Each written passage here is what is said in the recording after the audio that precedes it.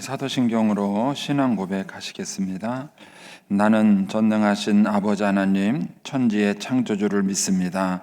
나는 그의 유일하신 아들 우리 주 예수 그리스도를 믿습니다. 그는 성령으로 잉태되어 동정녀 마리아에게서 나시고 본디오 빌라도에게 고난을 받아 십자가에 못 박혀 죽으시고 장사된 지 사흘 만에 죽은 자 가운데서 다시 살아나셨으며 하늘에 오르시어 전능하신 아버지 하나님 우편에 앉아 계시다가 거기로부터 살아있는 자와 죽은 자를 심판하러 오십니다. 나는 성령을 믿으며 거룩한 공교회와 성도의 교제와 죄를 용서받는 것과 몸의 부활과 영생을 믿습니다. 아멘. 우리 찬송가 488장입니다. 488장 찬송 하나님께 드리겠습니다.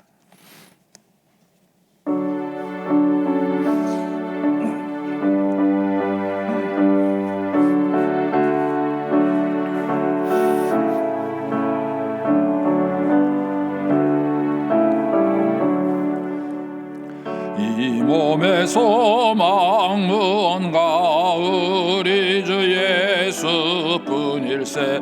우리 주 예수밖에는 믿을 리 아주 없도다. 주 나의 반석 있으니 그 위에 내가 서리라. 그 위에 내가 서리라. 무섭게 바람 부는 밤 물결이 높이 설렐 때 우리 주 크신 은혜에 소망에 닿을 줄이라. 주 나의 반석 있으니 그 위에 내가 서리라. 그 위에 내가 서리라. 세상에 믿던 모든 것 끊어질 그날 되어도 구주의 언약 믿사와 내 소망 더욱 크리라. 주 나의 반석 있으니 그 위에 내가 서리라. 그 위에 내가 서리라.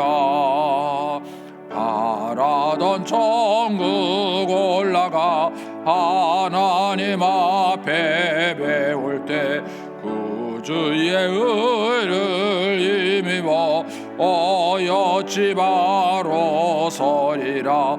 주 나의 반석 있으니 그 위에 내가 서리라. 그 위에 내가 서리라. 아멘. 기도하겠습니다. 좋으신 아버지 하나님 은혜를 감사합니다. 지난 간밤에도 저희들을 주님 품 안에서 편히 쉬게 해주시고 또 이 새벽에도 저희들을 주 앞에 불러주심을 감사합니다. 물을 떠난 고기가 살 수 없음과 같이 저희가 주의 은혜가 없이는 살 수 없음을 고백합니다. 이 새벽에도 말씀과 기도 가운데 저희들을 만나주시며 주의 성령으로 충만케 하여 주옵소서. 기도의 용을 부어주시고 마땅히 간구할 것들로 기도할 수 있게 하여 주옵소서. 주님께 감사의 예물을 드립니다. 저희를 사랑해 주시는 하나님 아버지 감사합니다. 하나님의 말씀으로 믿음으로 승리하는 가족이 되게 하여 주옵소서. 주님의 은혜에 감사합니다. 또 1,000번째 예물 주님께 드립니다. 하나님 아버지 믿음으로 순종으로 감사로 드리는 예물을 주님께서 기뻐 받으시며 약속하신 하늘의 복과 땅의 복으로 충만하게 채워 주옵소서. 주의 은혜로 종의 가정들을 형통케 해주시며 그 자녀들을 축복하여 주시옵소서. 예수님의 이름으로 축복하며 기도하옵나이다. 아멘. 오늘 아침 말씀은 욥기 42장 7절에서 17절까지 말씀입니다. 욥기 42장 7절에서 17절까지 말씀입니다.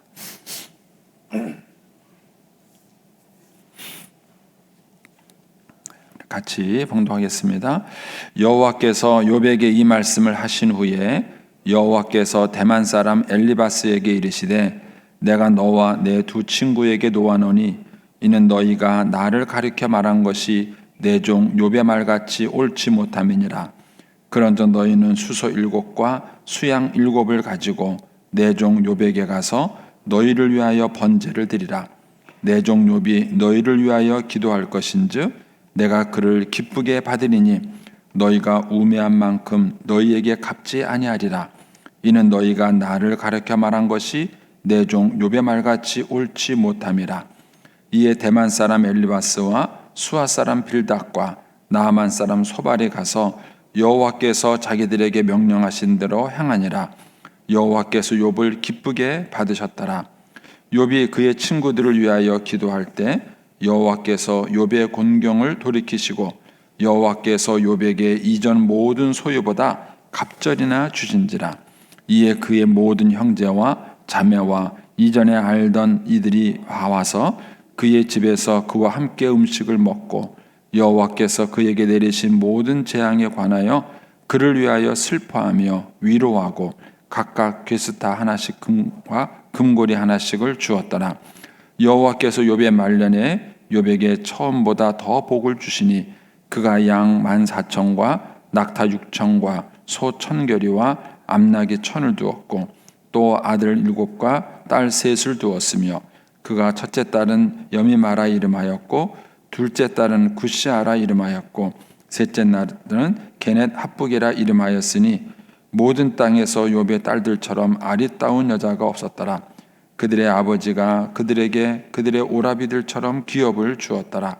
그 후에 욥이 140년을 살며 아들과 손자 4대를 보았고 욥이 늙어 나이가 차서 죽었더라. 아멘. 이 새벽에도 주의 은혜와 축복이 함께 하시기를 축원합니다. 오늘 이제 2021년도 마지막 새벽 기도입니다. 어제 밤에 어제 낮에 눈이 많이 와서 새벽에 길도 많이 얼었을 텐데 새벽 기도 나오시느라 수고하셨습니다. 내일 새벽은 없습니다. 오늘 저녁에 이제 송구영신 예배 드리고 이렇게 하기 때문에 내일 새벽에는 없는 것도 기억해 주시고요. 이제 오늘 욥기 이제 마지막 말씀 보겠습니다. 이제 하나님께서 이제 나타나셔서 이제 제일 먼저는 욥을 깨우쳐 주셨어요. 욥을 깨우쳐 주셔서 욥을 바로 잡아 주셨습니다. 하나님은 이제 세 친구들을 먼저 책망을 하고 그리고 난 다음에 욥을 이렇게 깨우친 게 아니라 욥을 먼저 깨우친 거예요. 욥을 먼저 깨우쳐 주시고 그리고 난 다음에 하나님이 이제 세 친구를 책망하셔서 상황을 이렇게 정리를 하십니다. 그래서 이제 우리의 삶 속에 그 사람들과의 관계 또 이런 여러 가지 어려움들이 있을 때 사실은 문제를 해결하는 가장 중요한 키는 나 자신이에요. 내가 나 자신이 먼저 정리가 되면 뭐 부부 관계든 그것이 뭐 사람들과의 관계든 그 문제를 풀어가는 중요한 키입니다.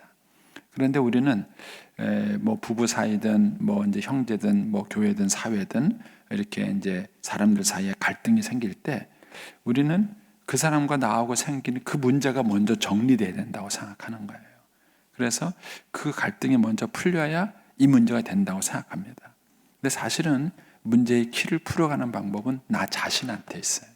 그래서 뭐 상황이 어떻게 되든 또 이제 그 사람하고 나하고 관계가 풀어질 수도 있고 풀어지지 않을 수도 있어요. 어려움이 있을 수도 있지만 가장 중요한 것은 내가 나 자신과의 관계에서 이게 해결이 돼야 돼요. 이 문제가 정리가 되고 이게 먼저 입장이 돼야 됩니다. 그래서 하나님은 먼저 욥에게 나타나셔서 욥을 깨우쳐 주신 거예요. 많은 질문을 욥에게 던지셔서 욥이 먼저 정리가 된 것입니다. 그리고 난 다음에 하나님이 욥과 친구들 사이에 중재하시는 것입니다. 자, 이제 그러면서 이제 거기에 이제 7절에 가시면 여호와께서 욥에게 이 말씀을 하신 후에, 그죠? 먼저 하나님이 욥에게 얘기를 하셨어요. 이제 그리고 난 다음에 하나님이 여호와께서 대만 사람 엘리바스에게 이렇게 말씀하시면서 두 친구와 더불어서 이제 세 사람을 책망을 합니다. 그러니까 아마 이걸로 봐서는 이 엘리바스가 제일 연장자 같아요. 세 사람 중에서 제일 연장자. 그러니까 아마 말도 항상 엘리바스가 제일 먼저 했고, 이런 걸로 봐서는 아마 엘리바스가 제일 연장자 같습니다. 그런데 하나님께서 무엇을 책망하셨느냐 하면, 여호와께서 대만 사람 엘리바스에게 이르시되 내가 너와 내 친구에게 노하나니. 그러니까 하나님이 그들을 책망하시는 거예요. 화가 나신 거죠. 그러면서 너희가 나를 가리켜 말한 것이 내 종 욥의 말같이 옳지 못함이니라. 이 똑같은 말을 8절로 가보셔요. 8절 맨 마지막 부분에 가시면 거기도 똑같이 말하죠. 이는 너희가 나를 가르쳐 말한 것이 내 종 욥의 말같이 옳지 못합니다. 이렇게 말을 해요. 그러니까 하나님께서 욥의 세 친구를 책망하신 것이 뭐냐면은 나를 가리켜 말한 것이에요. 그러니까 너희가 욥에게 말한 것이 아니에요. 너희가 욥에게 말한 것이 아니라 나를 가리켜 말한 것이에요. 나가 누구죠? 하나님이에요. 친구들이 하나님을 가리켜 말한 것이 있어요. 이것을 좀 어려운 말로 말하면은 하나님에 대한 신앙, 하나님에 대한 생각, 이런 거예요. 그러니까 하나님에 대한 우리의 신앙, 하나님에 대한 우리의 생각을 정리한 것이 뭐냐면 그게 신학이라는 거예요. 신학. 내가 하나님을 어떻게 믿고 있느냐, 내가 하나님을 어떤 하나님으로 믿고 있느냐는 거예요. 그러니까는 하나님에 대한 이들의 믿음, 하나님에 대한 이들의 생각이 틀린 거예요. 틀린 거예요. 그러니까는 잘못된 신학을 가지고 있는 것입니다. 이 잘못된 신학이 이들로 하여금 욥을 잘못되게 평가하게 만든 거예요. 그래서 우리가 신앙생활을 한다는 것은 굉장히 중요한 거예요. 사람이 어떤 신앙을 가지고 있느냐는 것이 그 사람의 모든 걸 결정해요. 예를 들어서 무신론자들이다 이렇게 말하죠. 무신론자들은 신이 없다고 믿는 신앙을 가지고 있는 거예요. 그러니까 무신론자들이라고 해서 신앙이 없는 게 아니에요. 그 사람들은 신앙이 없다는 신앙을 가지고 있는 거예요. 그러니까는 사람은 어떤 형태로든 신학을 가지고 있어요. 그 신학이 어떤 신앙을 가지고 있느냐에 따라서 그 신앙이 건강할 수도 있고 병될 수도 있어요. 동남아 지역에 가면은 많은 영향을 미치는 것이 뭐냐면은 신두교 사상입니다. 불교가 아니에요. 신두교 사상이 동남아 지역에 많은 영향을 미치고 있고, 이제 거기에서 여러 갈래로 나온 것 중에서 이제 뭐 불교도 나오고 뭐 여러 가지 그 신앙적 사상들이 나와요. 그런데 그런 힌두교 사상들이 갖고 있는 큰 특징 중에 하나가 뭐냐면 운명론입니다. 운명론이에요. 그리고 이제 이 운명론이 좀 더 발전하면서 뭐 윤회가 되고 뭐 복잡하게 이제 일이 진행이 돼요. 근데 그 사람들은 이런 신앙관을 딱 가지고 있기 때문에 첫째, 계급이 무너지지 않아요. 지금 벌써 시대가 21세기인데도 불구하고요, 그들이 갖고 있는, 특히 인도에서는 카스트 제도라고 있죠. 그 제도가 지금도 존재합니다. 신분 차별이 지금도 존재해요. 이게 좀처럼 잘 무너지질 않아요. 그리고 또 자신이 가지고 있는 처지를 바꾸려고 하지 않습니다. 만약에 내가 거지로 태어났다 그러면 난 거지라고 생각하는 거예요. 이거를 운명주처럼 생각하고 바꾸려고 하지 않습니다. 그러니까 이 사람들이 갖고 있는 이 신학, 이 믿음이 그 사람들이 일상적인 생활의 형태를 결정지어버리는 것입니다. 그리고 그것이 또 다른 사람들을 대하는 방법도 결정을 지어버리는 거예요. 그래서 우리가 어떤 신앙, 어떤 신학을 갖고 있느냐는 것이 대단히 중요해요. 이단에 빠진다는 것은 굉장히 위험한 거예요. 단순히 이상한 신앙에 빠지는 것이 아니라 그 사람의 삶 전체가 무너져 버리는 것입니다. 그러니까는 이 친구들은 하나님에 대한 잘못된 믿음, 신앙을 가지고 있었어요. 이것 때문에 본인도 잘못 살았을 뿐만 아니라 그것을 가지고 끊임없이 욥을 정죄한 거예요. 욥을 직량한 것입니다. 그러니까 이런 면에서 여러분들이 신앙생활을 바르게 하는 것 대단히 중요하세요. 단순히 교회 나오는 것만 갖고는 안 되세요. 단순히 교회 나오는 것만 갖고는 안 되고 여러분들이 성경을 배우셔서 바른 신앙을 가지셔야 돼요.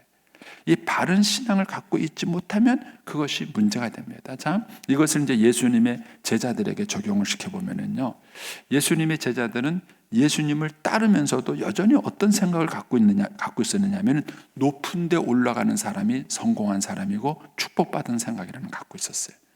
그래서 예수님이 예루살렘 성에 입성할 때에 그들은 어떻게 했냐면 예수님 한쪽 우편에 내 아들을 앉혀주십시오 이렇게 요구를 한 거예요. 그러니까 잘못된 신학을 갖고 있었던 것이죠. 근데 거기에 대해서 예수님이 끊임없이 제자들을 깨우쳐 준 것이에요. 너희들은 어떻게 생각하느냐? 세상의 사람들은 높은 데 앉아서 다른 사람들에게 명령하고 지시하는 것을 성공이라고 생각한다. 그러나 나는 너희를 섬기는 자라고 왔다. 나는 그것이 성공이 아니다 라고 주님께서 제자들의 잘못된 신앙을 가르쳐 주시는 거예요. 그 신앙을 바꿔주신 겁니다. 그러니까는 제자들이 잘못된 신앙을 갖고 있을 때 끊임없이 하나님을 섬기는 방법이 왜곡되는 거예요. 그러니까는 이 너희가 나를 가리켜 말한 것, 즉 하나님에 대해서 어떻게 말하고 있고 어떤 생각을 가지고 있느냐 하는 그것이 굉장히 중요합니다. 이 신앙이 한번 삐뚤어지면 그 사람의 인생관, 삶의 태도, 이런 많은 것들이 왜곡되게 되고 또 많은 사람들에게 상처와 아픔을 주게 되는 것입니다. 이런 면에서 건강하고 바른 신학을 갖는다는 것은 대단히 중요한 겁니다. 그리고 여기서 모든 것이 달라지는 거예요. 그러니까 우리가 자녀들에게 바른 신앙을 가르쳐 주는 것이 얼마나 중요한지 모릅니다. 이런 면에서 이제 하나님은 먼저 이 친구들을 책망을 하시는 것입니다. 이제 그러면서 이제 8절에 가시면 그런즉 너희는 수소 7과 수양 7을 가지고 내 종 욥에게 가서 너희를 위하여 번제를 드리라. 자, 이 말 속에 담겨 있는 게 뭐예요? 자, 너희가 이제 나를 가리켜 말한 것이 잘못됐다. 너희가 이제 그것을 회개하라. 하나님이 요구하신 거예요. 그런데 그 회개하기 위해서 하나님께 제물을 가지고 와서 제사를 드려라 이런 겁니다. 그런데 그 제사를 드리는 방법이 뭐냐면은 내 종 욥에게 가서 너희를 위하여 번제를 드리라. 내 종 욥이 너희를 위하여 기도할 것인즉 이거예요. 그러니까 어떻게 제사를 드려야 돼요? 이들이 하나님께 제사를 드리는 게 아니에요. 이 당시 욥이 살던 당시에는 제사장이 없었어요. 제사장이 없었고 그 다음에 이제 성막이라는 이런 그 짜여진 그런 어떤 규모 있는 그런 성전 제도가 없었던 거예요. 그러니까 그런 상황에서 이들이 하나님께 제사를 드리는 건데 그 제사들을 드리는 방법이 뭐냐면은 욥에게 가서 욥에게 제사를 드려달라고 부탁하라는 거예요. 욥에게. 그리고 욥이 너희를 위해서 그렇게 제사를 드리면 그러면 내가 너희를 용서하겠다 이렇게 말씀하시는 거예요. 그러면 이 과정에서 선행돼야 될 게 뭐죠? 예? 안 해보셔서 모르세요? 예. 욥에게 그 부탁하려면은 먼저 욥에게 뭐 해야 돼요? 사과해야죠. 욥에게 먼저 사과해야죠. 생각해 보세요. 지금까지 신나게 욥을 막 비난하고 막 정죄했는데 어떤 사람이 나한테 와가지고 막 욕하고 정죄했는데 또 와갖고 야 나를 위해서 기도해줘. 그럼 해주시겠어요? 여러분 같으면요. 그러니까 나를 위해서 기도해줘 하기 전에 먼저 뭘 해야 되죠? 그동안 내가 너한테 한 거 미안하다. 이거 사과부터 해야 돼요. 내가 먼저 너한테 미안하다. 사과 먼저 해야 되고 그리고 난 다음에 나를 위해서 기도해줘 이렇게 하는 거예요. 그리고 그걸로 끝나는 게 아니에요. 욥에게 사과하고 그 다음에 그들이 제사를 드려라가 아니라 욥이 제사를 드려야 돼요. 그러니까는 욥에게 사과하는 걸로 끝나는 게 아니라 욥이 뭐 해야 돼요? 용서를 해야 돼요. 욥이 용서를 해서 그래 용서해 줄게. 그리고 내가 너를 위해서 기도해 주마 이렇게 돼야 되는 거예요. 그러니까는 요 말 속에는 뭐가 담겨 있느냐면은 먼저 욥하고 화해해라 이거예요. 그러니까 하나님께 용서를 빌고 하나님께 이제 용서를 구하기 전에 먼저 욥에게 가서 욥과 화해를 하라는 거예요. 욥과 먼저 화해를 해라. 그리고 난 다음에 너희가 하나님께 와서 제사를 드려라 이거예요. 그러니까 하나님은 이들이 이제 욥을 비난하며 잘못했을 때에 욥에게뿐만 아니라 하나님께 동시에 잘못을 한 거예요. 그 사실 우리가 짓고 있는 모든 죄는요 하나님과 사람 두 사람에게 동시에 죄를 범하는 경우가 많아요. 그러니까 하나님은 먼저 이제 이 친구들에게 욥에게 먼저 사과를 하고 욥의 용서를 받고 그 다음에 욥이 너희를 위해서 기도해 주게 하라 이렇게 말을 한 거예요. 그러니까 이제 이 사람들이 이제 가서 욥에게 했죠. 그래서 9절에 가시면 이에 대만 사람 엘리바스와 수아 사람 빌닷과 나만 사람 소발이 가서 여호와께서 자기들에게 명하신 대로 뭐라고요? 행하셨다라 이렇게 행했다라 이렇게 시키는 대로 한 거죠. 욥에게 사과하고 욥에게 이제 도움을 요청한 것이자 그러니까는 어떻게 했습니까? 여호와께서 욥을 기쁘게 받으셨다라. 그러면서 10절에 욥이 그의 친구들을 위하여 기도할 때 이렇게 했잖아요. 이걸 보면은 욥이 용서했다는 거예요, 안 했다는 거예요? 욥이 용서했다는 거예요. 욥이 친구들을 용서하고 그리고 그 친구들을 위해서 하나님께 기도했다는 것입니다. 근데 여기서 이제 중요한 표현이 나옵니다. 자, 다시 8절로 가보세요. 8절로 가보시면 그런즉 너희는 수소 7과 수양 7을 가지고 내 종 욥에게 가서 너희를 위하여 번제를 드리라. 내 종 욥이 너희를 위하여 기도할 것인즉 내가 그 기도를 그 제사를 기쁘게 받으리라가 아니에요. 뭐라고 되어 있죠? 내가 그를이에요. 그를 욥을 기쁘게 받으리라 이렇게 되어 있어요. 자, 9절로 가보세요. 9절로 가셔서도 맨 뒷부분에 보시면 여호와께서 욥의 기도를 욥의 제사를 이렇게 말하지 않았어요. 뭐라고요?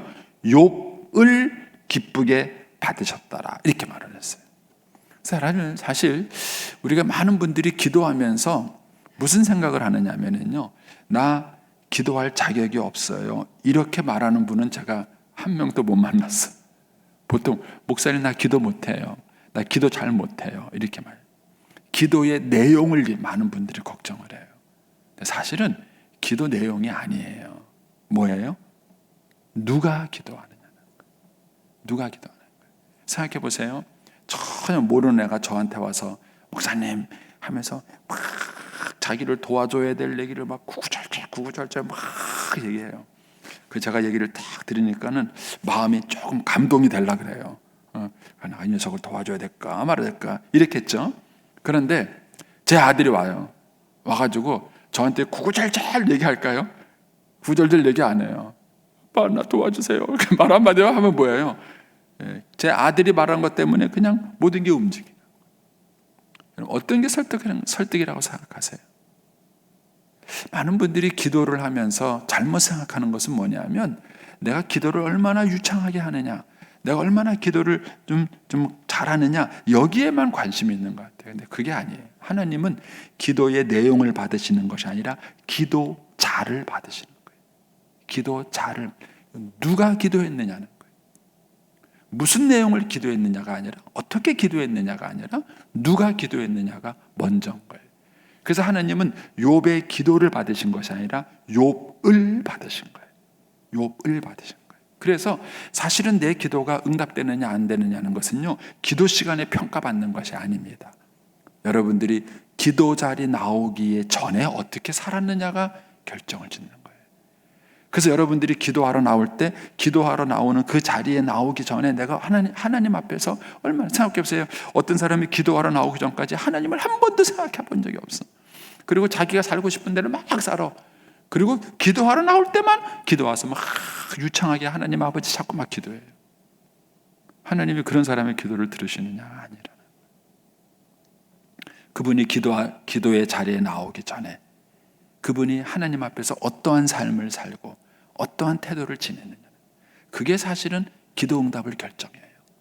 그래서 그 사람이 이미 하나님을 경외하고 하나님을 두려워하는 마음으로 살고 그리고 난 다음에 기도 자리에 나와서 하나님을 찾는 거예요. 그때 하나님이 그 사람의 기도에 귀를 기울이시고 응답하시는 거예요. 그래서 하나님은 욥의 제사를 받은 것이 아니고 욥의 기도의 내용을 받으신 것이 아니고 욥을 받으신 거예요. 그럼 어떠한 욥을 받으셨느냐? 자, 10절에 가셔서 이렇게 보시면은요, 욥이 그의 친구들을 위하여 기도할 때 여호와께서 욥의 공경을 돌이키시고 여호와께서 욥에게 이전 모든 소유보다 갑절이나 주신지라. 우리 선배 목사님들은 이 뒷부분만 강조했어요.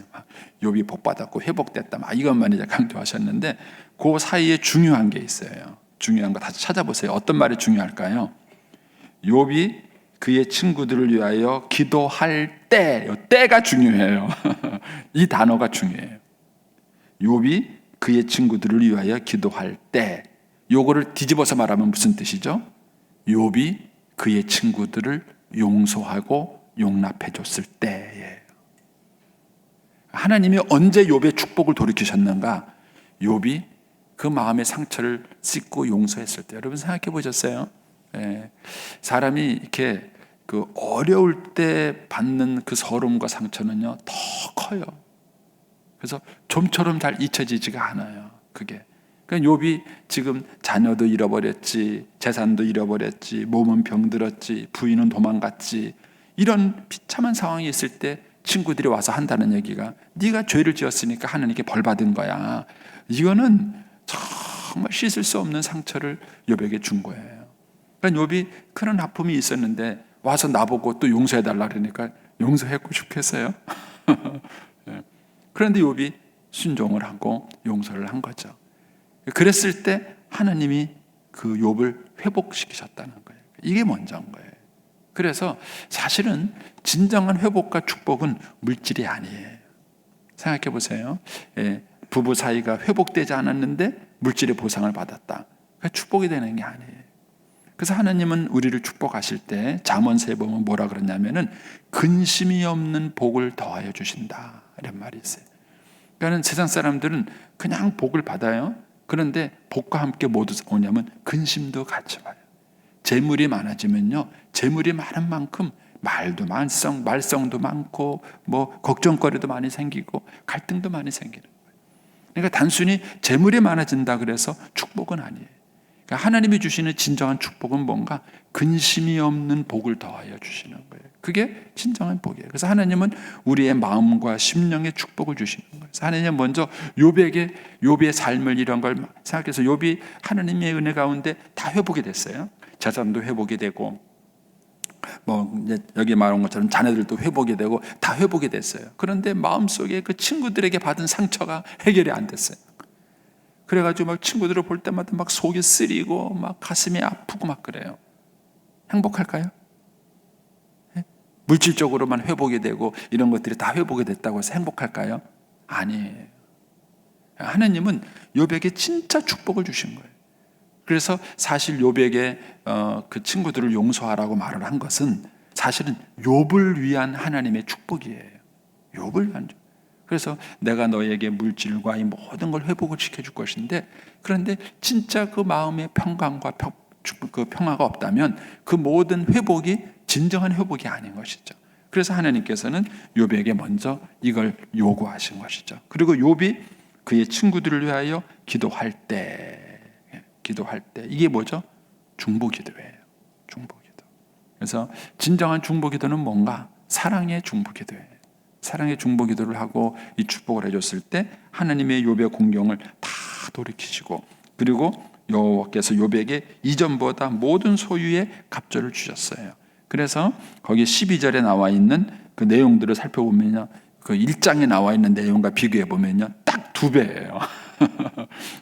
양도 7,000마리였는데 14,000마리, 낙타도 3,000마리였는데 6,000마리, 소가 500결이었는데 1,000결이, 암나귀는 500마리였는데 1,000마리. 정확하게 하나님이 2배의 축복을, 이렇게 갑절의 축복을 주신 것을 볼 수 있습니다.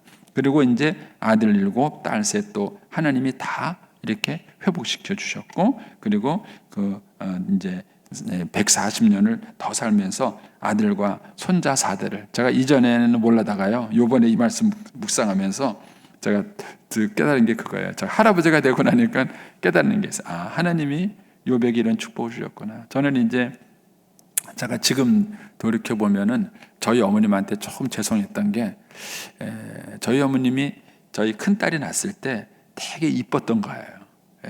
그 당시는 제가 어머님 마음을 다 모른 거죠. 제 큰 딸이 낳았을 때 되게 이뻤는데, 우리 어머님의 최대의 약점, 바로 그 이쁜 마음을 표현할 줄 모르셨던 거예요. 그 이쁜 마음을 표현할 줄 몰랐던 것이 여자가 그러면 되냐는 거였어요. 여자가 그러면 되냐, 여자가 그러면 되냐. 근데 그게 저하고 어머님하고 갈등을 일으켰어요. 어머니 걔가 몇 살인데 걔한테 그렇게 얘기하시냐고. 그래갖고 그것 때문에 저하고 어머님하고 싸웠는데, 지금 가만히 돌이켜 보니까 우리 어머님 방식대로의 미숙한 사랑의 표현이었던 거예요. 그 손녀에 대한. 그래서 이제 그런 이제 마음이 표현이었고 그랬는데, 그래서 이제 손녀하고 더 있고 싶고 막 그랬던 건데, 이제 그런 것들이 이제 갈등의 요인이 됐던 것 같아요. 그래서 지금 가만히 생각해 보니까 하나님이 주시는 복 가운데 하나가, 이렇게 여기 보면은 자녀들도 회복시키고 아들과 손자 4대까지 볼 수 있었다. 이거는 엄청난 축복의 보너스죠. 보너스죠. 할아버지가 된 축복. 그런 하나님이 보너스를 그에게 주시는 것이죠. 그러니까 이런 하나님이 이제 욥을 축복했다는 걸 봅니다. 그래서 저는 11절 말씀을 한번 보겠습니다. 거기 가면 이제 이에 그의 모든 형제와 자매와 이전에 알던 이들이 다 와서 그의 집에서 그와 함께 음식을 먹고 여호와께서 그에게 내리신 모든 재앙에 대해 그를 위하여 슬퍼하고 위로하고. 다 이 사람들 어디었던 사람들이에요. 욥이 망할 때는 보이지도 않던 사람들인데 욥이 회복시켜주고 나니까 이 사람들이 다 와가지고 친구도 돼주고 욥을 또 위로해주고 슬퍼해주고 막 그래요. 그래서 이런 것들은 하나님이 주시는 축복이에요. 인간이 만들 수 있는 축복이 아니라 하나님께서 우리에게 은혜로 만들어 주시는 축복이다.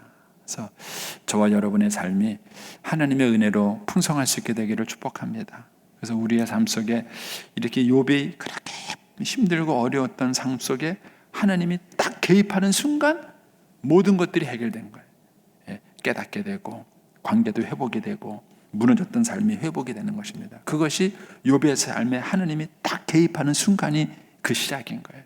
그래서 주님이 저와 여러분의 삶 속에 찾아오는 것이 모든 문제의 키입니다. 해결이 되는 것입니다.